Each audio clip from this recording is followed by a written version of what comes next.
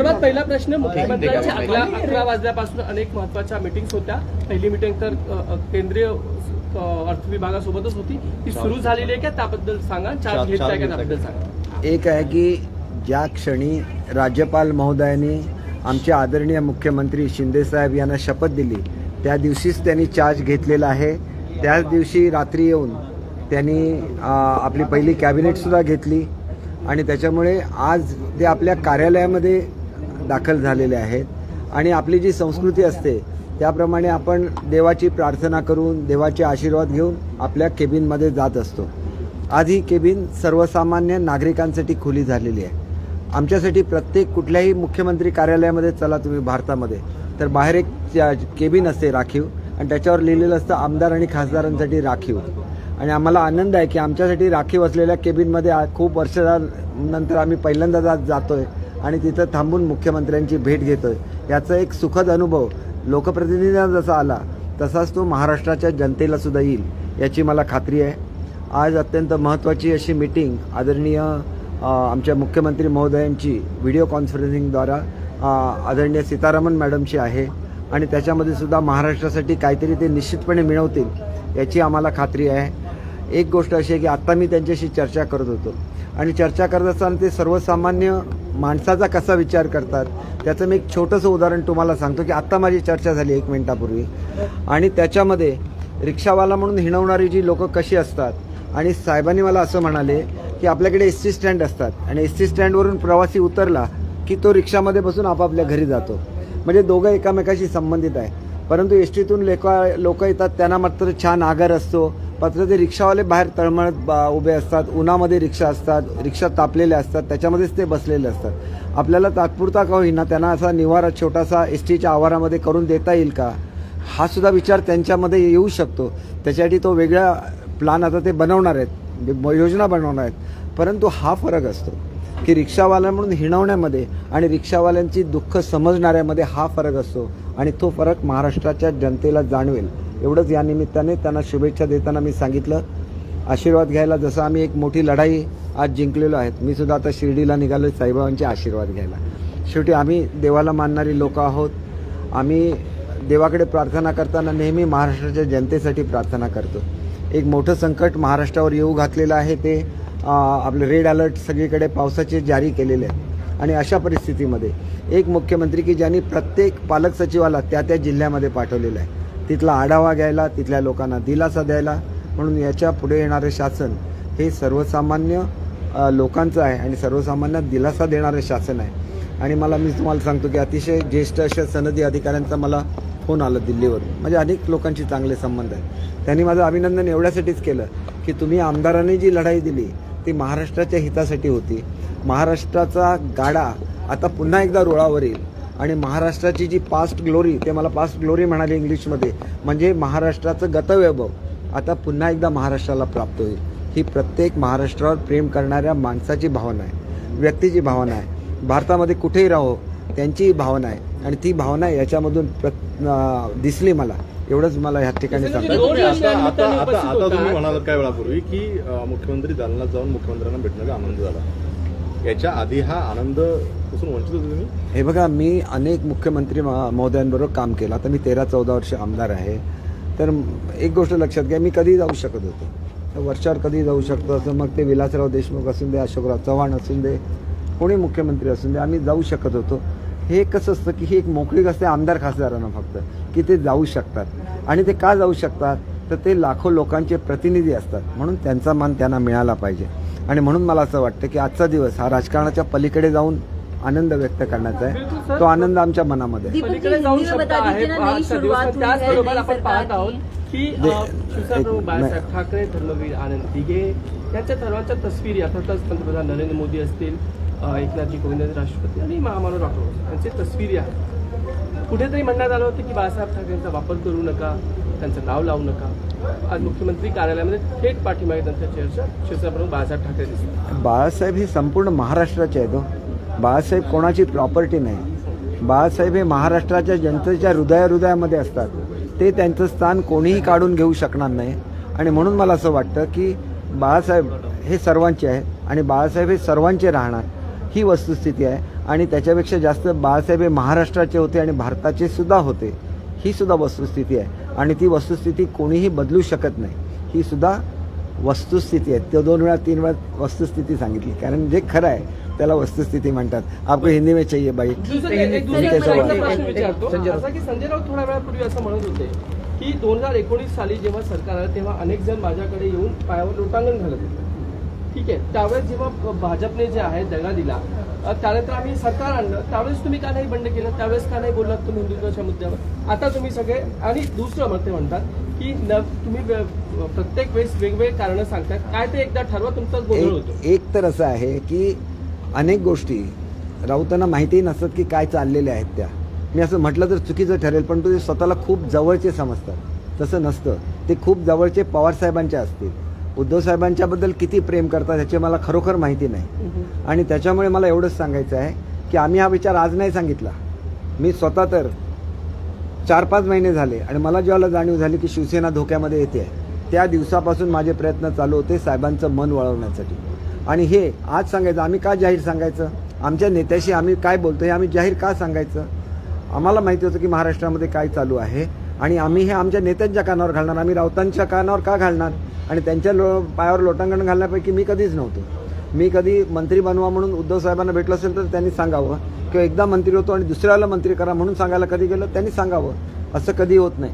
मी जो लढा कोकणात दिला होता त्याचं लक्षात घेऊन त्यांनी जेव्हा मला पहिल्यांदा मंत्री केलं त्यावेळेला त्यांनी मला बोलवून सांगितलं की मी खरं तर तुम्हाला कॅबिनेट मंत्री करणार होतो, परंतु बरोबरची लोक आहेत त्यांनी बाळासाहेबांच्या बरोबर काम केलं. त्याच्यामुळे माझं कर्तव्य आहे की मला थोडी कॅबिनेट मतं मिळाली, त्यामधली पहिली बाळासाहेबांच्या सहकार्यांना देणं हे माझं कर्तव्य आहे. आणि म्हणून आम्ही उद्धव साहेबांवर प्रेम करतो. उद्धव साहेबांवर प्रेम का करतो? त्यांनी हे मला बोलून दाखवलं, मला आनंद झाला. कॅबिनेट मंत्रीपद गेल्याचा आनंद होता मला. भाजपने केंद्रीय म्हणजे कॅबिनेट मंत्री बनवलं असतं, कोकणचा इन्चार्ज बनवलं असतं, कारण मोदी साहेब स्वतः मला त्यांच्या हस्ते मी प्रवेश करणार म्हणजे बोलवलं होतं मला प्रवेश करायला. परंतु ते सोडून मी शिवसेनेमध्ये ज्याला आलो त्याला आमच्यासारखी लोक हे ऐकून घेण्यासाठी आली नाहीत. म्हणून मी राऊत साहेबांचं उत्तर दिलं. नंतर मी कोणाचं उत्तर देते नाही. आज सुद्धा सांगतो की तुम्ही एका खासदाराला ज्यावेळेला काढता गटनेते पदावरून, संपूर्ण महिला वर्गाचा तुम्ही अपमान करता. 5-5 वेळा ज्यांनी तुमचा झेंडा उंच त्या ठिकाणी ठेवला, खासदार झाल्या, आज त्या भावनाताईंना तुम्ही काढलं. आम्हाला दुःख आहे ना. आम्ही ज्याला कुठेही जातो भावनाताई आल्या तिथून येणार, माझी चौकशी करणार. आम्ही सुद्धा त्यांना ताई मानतो ना. खासदार आणि तुमचं राजकारण काय असेल ते असेल. तुम्ही शिंदे साहेबांना अगोदर काढलं पदावरून, गटनेते पदावरून, आणि नंतर त्यांना भेटायला तुम्ही मिलिंद नार्वेकरांना पाठवलं. हा न्याय होऊ शकत नाही. आधी जखम करायची आणि नंतर त्याच्यावर मलम लावायचं, असं ॲडवाईज करणारी जी लोक आहेत त्यांनी खऱ्या अर्थाने शिवसेनेची हानी केलेली आहे. म्हणून आधी भावनाताईंना काढायचं त्या पदावरून, आणि भावनाताई तुमच्यापासून लांब जायला लागल्या किंवा आणि इतर खासदार जायला लागले, मग माणसं पाठवायची. ह्याच्यापेक्षा वेळी सावध व्हा. आपल्या लोक रागावून गेलेली आहे. आपण वडीलधाऱ्या माणसांच्या भूमिकेत चला, त्यांच्या पाठीवरून हात फिरवा, एवढंच मी सांगेन. आणि मी काय सांगू शकतो? आम्ही छोटीशी लोक असतो, आम्ही काय सांगणार? ठाकरे गटामध्ये काही नजर चुकीनं निर्णय झालेले आहेत. भावनाताईंची गच्छंती नजर चुकीनं झालेली आहे असं म्हणता येईल का? नजर चुकी, आता नजर कोणाची चुकली मला सांगता येणार नाही. मी कसं सांगू? ते राऊत साहेबच आहेत ना तिथले. त्यांचे जे पार्लमेंटरी लीडर आहेत ते संजय राऊतच आहेत. तुम्ही त्यांना विचारा त्यांची नजर चुकली काय, मला विचारू नका.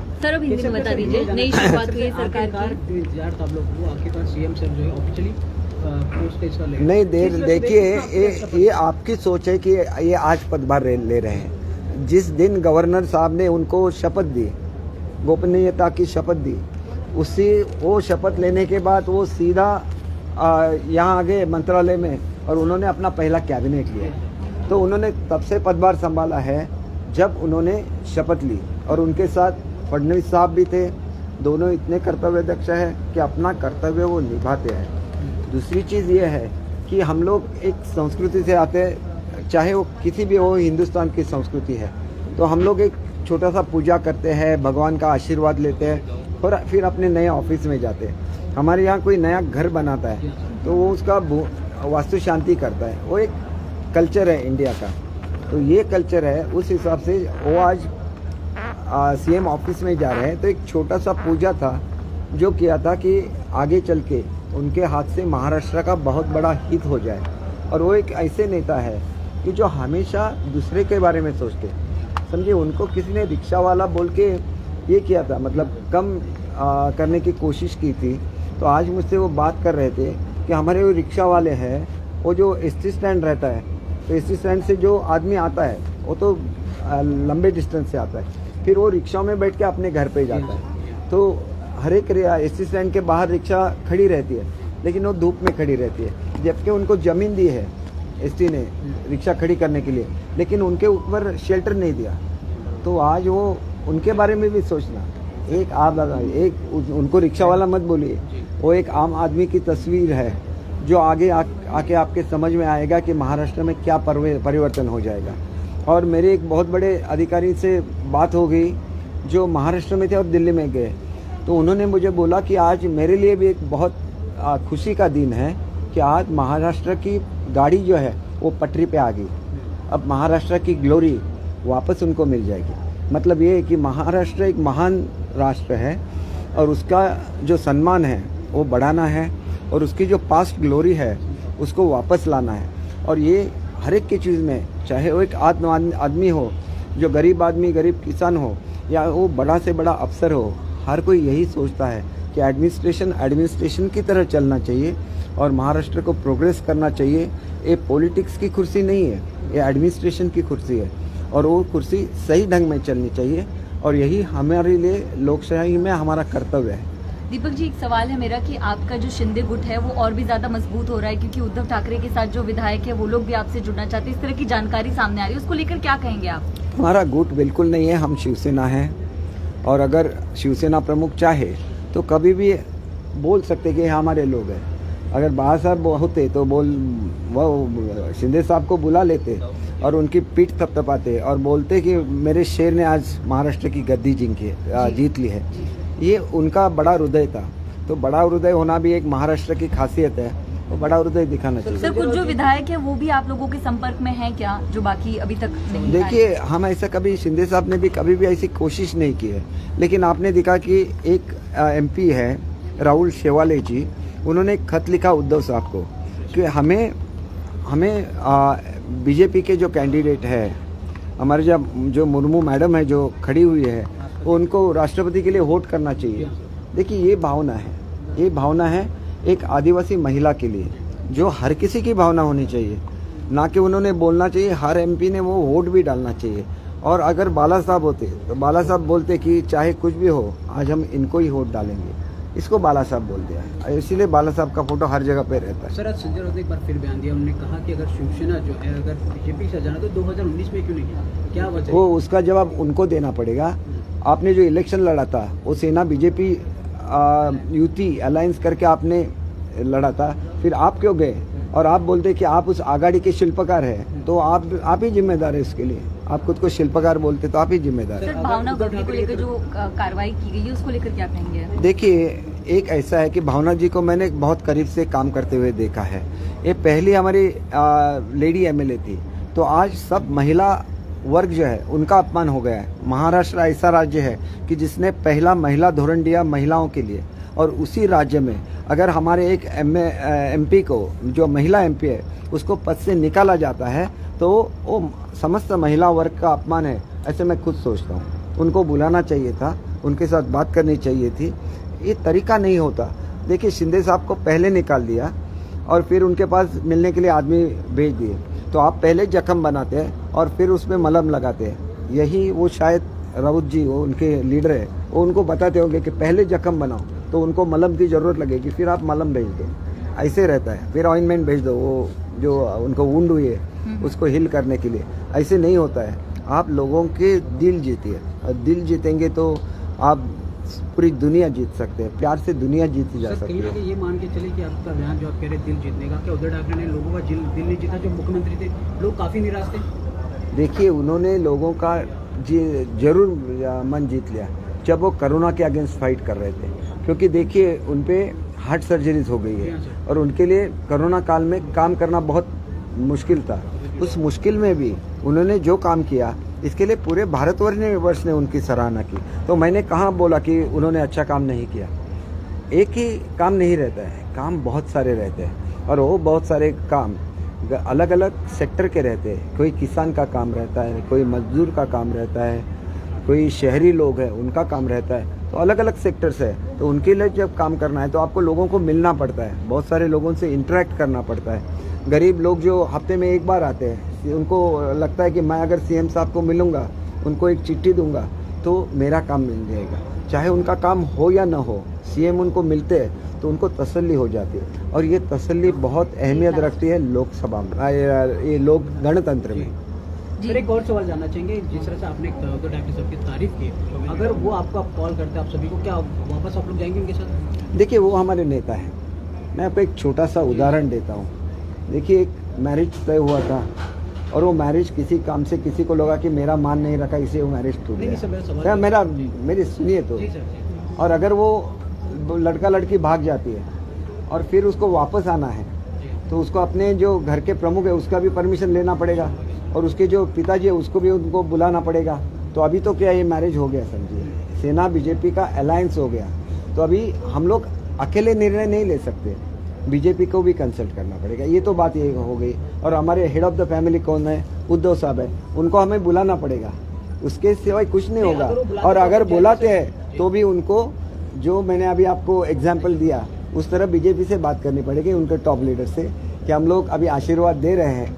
तो ये हो गया ना, अभी सब हो गया। अब इससे पीछे देखिए, जो महाराष्ट्र में हो गया उसको हम लोग पीछे नहीं लेके जा सकते। आगे चल के क्या करना है वो एक बड़ा लीडर सोचता है, और उद्धव साहब एक बड़े लीडर है, उनको आप अपना आशीर्वाद हमको देना चाहिए, हम सब लोगों को आशीर्वाद देना चाहिए, महाराष्ट्र की जनता को आशीर्वाद देना चाहिए। और जैसे बाबा साहब एक सुप्रीमो थे वैसे सुप्रीमो उनको बनना चाहिए, ना कि कोई पद लेना चाहिए, ऐसे मुझे लगता है। बाबा साहब सुप्रीमो क्यों थे? वो दूसरों को बनाते थे, वो दूसरों को मुख्यमंत्री बनाते थे। जब कोई स्टेट में भी, अभी देखिए गुजरात में एक समस्या हुई थी और उस वक्त भी उन्होंने बात की थी टॉप लीडरशिप से कि ये नहीं होना चाहिए, तो उनका लोग सुनते थे, क्योंकि वो कोई अपने हित की बात नहीं करते थे, वो जनता के हित की बात करते थे, हिंदुत्व के हित की बात करते थे। वही आखिरी सवाल है हमारा कि असली शिवसेना को लेकर लगातार सवाल उठ रहे हैं, उसको कब तक वो चीज पर्दा कब तक देखिए, साफ होगा? असली और नकली शिवसेना बिल्कुल नहीं रहती है। हमारा शिवसेना वो विधिमंडल का गठ है और वो गठ हमारा रहेगा आज जो सत्ता में है। तो हम लोग आज शिवसेना बीजेपी करके सत्ता में है, उन्हें साथ में चलना है या नहीं ये उनको सोचना चाहिए, उनको आशीर्वाद देना है या नहीं वो उनको सोचना चाहिए। आखिरी सवाल और जानना चाहिए, आपने जिस तरह लड़का लड़की का उदाहरण दिया, लड़का लड़के मैंने फैमिली का उदाहरण दिया, मैंने लड़का लड़के का नहीं दिया, फैमिली का उदाहरण दिया। नहीं तो बोलेंगे कौन लड़का है कौन लड़की है, ये भी सवाल लोग उठाएंगे। आपने कभी सामने से खुद कॉल करके बात करने की कोशिश की कि उद्धव साहब जो हुआ वापस आ जाइए, इनसे अलायंस टूट गया? आप एक बार कॉल करके देखिए, आप एक बार कॉल करके देखिए आपका कॉल लगता है या नहीं। केसरकर साहेब, मुख्यमंत्र्यांच्या दालनामध्ये पहिल्यांदाच अनंत दिघे यांचा फोटो लावण्यात आलेला आहे, आपली काय भावना आहे आजच्या दिवशी? कारण आतापर्यंत या दालनांमध्ये वेगवेगळ्या विभूतींचे फोटो होते, आज पहिल्यांदा अनंत दिघे यांचं सुद्धा फोटो जो आहे तो दालनात लावण्यात आला। आपण म्हणतो गुरुर ब्रह्मा गुरुर विष्णू गुरुर्देव महेश्वरा, मग आपल्या गुरुचा फोटो आपण लावायचा नाही का? ते धर्मवीर आनंद दिघे होते आणि ते शिंदे साहेबांचे गुरु होते, मग गुरुचा एका शिष्याने केलेला तो सन्मान आहे असं मला स्वतःला वाटतं। त्यांची तस्वीर या मंत्रालयामध्ये लागणं हा त्या गुरुचा त्यांनी केलेला सन्मान आहे। आणि त्याच्याबरोबर त्यांनी सगळ्यांचे फोटो लावलेले असणार, बाळासाहेबांचा असणार, मोदी साहेबांचा असणार, त्या ठिकाणी राष्ट्रपतींचा असणार, सगळ्यांचेच असणार।